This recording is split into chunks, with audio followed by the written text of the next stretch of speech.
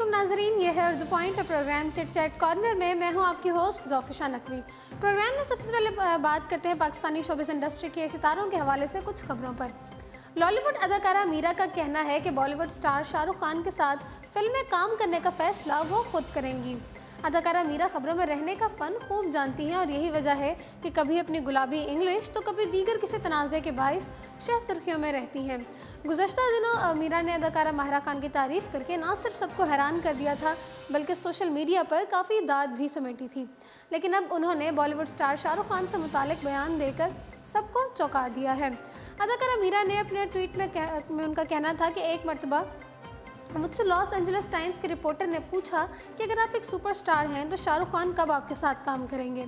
मीरा के मुताबिक सहाफ़ी के सवाल के जवाब में उन्होंने कहा कि मैं ही ये फैसला करूंगी कि मुझे शाहरुख खान के साथ कब काम करना है। मीरा का ये बयान सोशल मीडिया पर मदाहों को पसंद नहीं आया और कई सारफीन ने उन्हें तनकीद का निशाना बनाते हुए उसे पब्लिसिटी स्टंट भी करार दिया। लेकिन बास ट्विटर सारिफ ने मीरा का मजाक उड़ाया है तो बास ने उनकी इंग्लिश की तारीफ़ भी की है। लाहौर आर्ट्स काउंसिल के ज़ेरे एहतमाम अलहमरा थिएटर फेस्टिवल 2018 की इख्तितामी तकरीब से ख़ताब करते हुए चेयरमैन अलहमरा तोकीर नासिर का कहना था कि नई नस्ल का अपनी धरती से रिश्ता और रब दीदनी है। आज के नौजवानों को ड्रामा के हर शोबे में बेहतरी की तरफ महवे सफ़र देखकर खुशी होती है। उन्होंने ख्वाहिश का इजहार किया कि नौजवान अलहमरा के प्लेटफॉर्म से भरपूर इस्तेफादा करें। उनका कहना था कि ड्रामा फेस्टिवल का मकसद हमारी धरती और फ़िज़ा में पिन्हा लाजवाल मोहब्बत और अमन सलामती का दर्स आम करना था ताकि हमारी आला इक़दार को ताजगी मिले। फेस्टिवल के हर ड्रामा में माशरती और समाजी बेहतरी के पैगामात आवाम तक पहुँचाए गए जो कि हमारे ख़ानदानी निज़ाम को मुस्तहकम बनाने में मदद देंगे। इस पर एग्जीक्यूटिव डायरेक्टर कैप्टन रिटायर्ड अता मोहम्मद का कहना था कि 12,000 लोगों ने ये फेस्टिवल देखा, जिसका मतलब है कि हमारा पैगाम 12,000 ख़ानदानों तक पहुँचा है। पाकिस्तानी अदाकार हमजा अली अब्बासी की नवाज शरीफ की अहलिया कुलसूम नवाज के इंतकाल पर की जाने वाली ट्वीट के बाद उन्हें सोशल मीडिया पर शदीद तनकीद का सामना करना पड़ रहा है। 11 सितंबर को कुलसूम नवाज का लंदन में इंतकाल हो गया। वो तवील अरसे से कैंसर के मर्ज में मुब्तला थीं। उनके इंतकाल के बाद पूरा मुल्क ही सोग की कैफियत में रहा, जबकि इस मौके पर हरीफ जमातों के मेंबरान ने भी अपने अफसोस का इजहार किया। नाज़रीन, इस मौके पर पाकिस्तान तहरीक इंसाफ के हामी हमजा अली अब्बासी ने भी ट्वीट का सहारा लेते हुए कुलसूम नवाज के इंतकाल पर एक ट्वीट जारी की।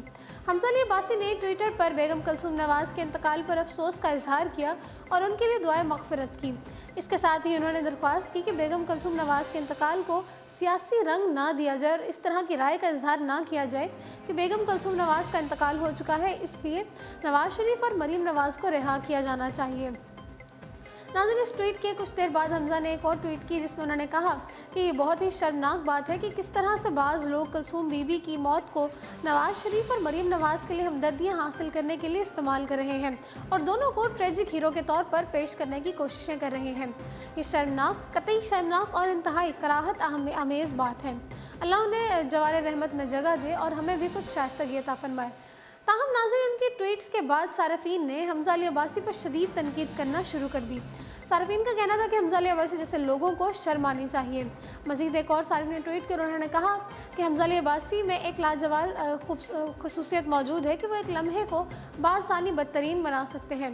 एक और सारिफ ने ट्वीट किया और उनका कहना था कि मैंने आज तक हमजा अली अब्बासी की कोई फिल्म या ड्रामा नहीं देखा और मैं खुद उनसे वादा करता हूँ कि आइंदा कभी नहीं देखूँगा।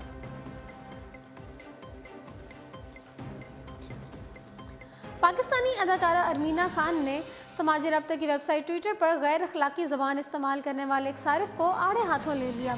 गुज़श्ता दिनों अरमीना खान के लिए एक सारिफ ने इंतहाई गैर अखलाकी ज़बान इस्तेमाल करते हुए चंद ट्वीट्स शेयर की थी जिस पर अदाकारा आग बगोला हो गई। अगरचे मज़कूरा सारिफ ने अपनी तमाम ट्वीट्स को बादअज़्ना हज़फ कर दिया, लेकिन अरमीना खान ने वो तमाम ट्वीट्स बज़रिया स्क्रीनशॉट महफूज करके अपने अकाउंट पर शेयर किए। अरमीना खान ने अपनी ट्वीट में गैर अखलाकी ज़बान इस्तेमाल करने पर इजहार अफसोस किया और इस्तफसार किया कि इस शख्स की मालूमात देने में कौन मदद कर सकता है। अदाकारा ने इसके बाद एक और ट्विटर पैगाम में आगाह किया कि सारिफ ने तमाम ट्वीट्स हज़फ कर दी हैं, लेकिन उन्होंने बताया कि शख्स को ढूंढ लिया गया है और इसे मुताल्लिका हुकाम के सामने पेश किया जाएगा। अरमीना का कहना था कि अगर आप किसी को बुरे कलमात कहते सुने तो बर्दाश्त ना करें बल्कि इसकी रिपोर्ट दर्ज करवाएं, ये साइबर क्राइम है। नाज़रीन, अदाकारा ने अपनी एक और ट्वीट में कहा कि ख़वातीन हज़रात, लड़के और लड़के कभी भी किसी की जानिब से गैर अखलाकी ज़बान बर्दाश्त ना करें। दुनिया के तमाम अच्छे लोग आपके साथ हैं। वाज़ेह रहे कि अरमीना खान अदाकारी के साथ साथ समाजी खदमात भी सर अंजाम देती हैं और गाहे बगाहे माशरती मसाइल और रवैयों के हवाले से अपने ख्यालात भी सोशल मीडिया पर शेयर करती रहती हैं। अब जरा रुख करते हैं बॉलीवुड का। बॉलीवुड के मारूफ अदाकार शाहिद कपूर ने अपनी बेटी मीशा की देखभाल की खातिर अपने आने वाली फिल्म 32 गुल मीटर चालू की तशहीर अधूरी छोड़ दी है। भारतीय मीडिया रिपोर्ट्स के मुताबिक बॉलीवुड के नामवर अदाकार शाहिद कपूर और मीरा राजपूत के घर 2 साल बाद नन्हे मेहमान की आमद हुई है, जिसका नाम ज़ैन कपूर रखा गया है।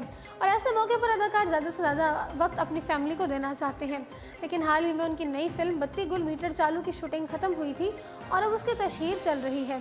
ताहम शाहिद कपूर ने फिल्म की तशहीर अधूरी छोड़ दी। अदाकार शाहिद कपूर ने समाजी राब्ते की वेबसाइट ट्विटर पर अपनी एक ट्वीट में बताया कि आखिरी कुछ दिन मेरे लिए बहुत ही मुश्किल तरीन दिन है, क्योंकि बेटे ज़ैन की भी अभी घर आमद हुई है, जबकि बेटी शदीद बुखार में मुब्तला है और इसी मसरूफियत की वजह से फिल्म की तशहीर भी रह चुकी है। शाहिद कपूर ने कहा कि फिल्म 32 गुल मीटर चालू की रिलीज़ में सिर्फ 9 दिन बाकी हैं, लेकिन वालिदैन की जिम्मेदारियां सबसे बढ़कर हैं। उम्मीद है कि मैं बहुत जल्द फिल्म की तशहीरी मुहिम में दोबारा शुरू करूंगा।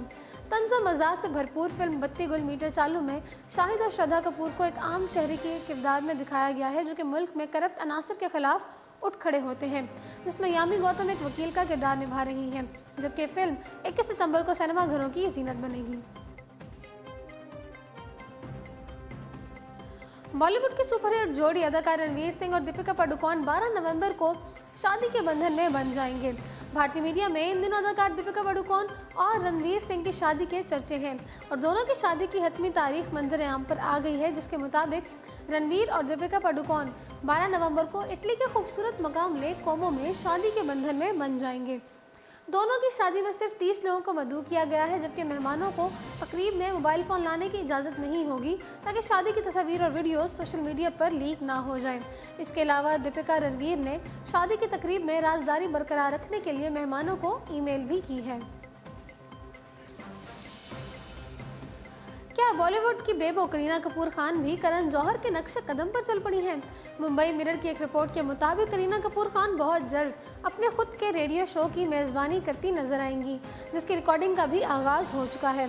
शो से करीबी ज़राए ने बताया है कि करण जौहर के शो कॉलिंग करण की तरह ये नया शो भी इश्क FM 104.8 पर पेश किया जाएगा, जिसके ज़रिए मद्दाहों को करीना कपूर से बातचीत का मौका मिलेगा। रिपोर्ट में मज़ीद बताया गया है कि इस प्रोजेक्ट को साइन करने से कबल करीना कपूर खान ने करण जौहर से मशवरा किया था, जिसके बाद करण जौहर ने करीना को इस शो को साइन करने की तजवीज़ दी है। ख्याल रहे कि करण जौहर भी इस वक्त अपने रेडियो शो कॉलिंग करण की मेज़बानी कर रहे हैं और इस शो पर करण जौहर से मद्दाह और इंडस्ट्री से ताल्लुक़ रखने वाले साथी उनसे प्यार और रिश्तों के मुतालिक सवाल पूछते हैं, जिस पर करण जौहर अपनी राय का इजहार करते हैं। करीना कपूर खान ने खुद भी अपने रेडियो शो की तस्दीक की है। मालदीव में छुट्टियां गुजार कर वापस आने के बाद अदाकारा ने मीडिया से बात करते हुए कहा था कि मैं इस प्लेटफॉर्म पर डेब्यू करने के लिए इससे बेहतर शो का इंतखाब नहीं कर सकती थी। मैंने अपना पहला रेडियो शो रिकॉर्ड करने जा रही हूँ, जिसका मुझे बेसब्री से इंतज़ार है। करीना कपूर खान का पहला शो रवां साल दिसंबर में पेश किया जाएगा। बॉलीवुड अदाकार सलमान खान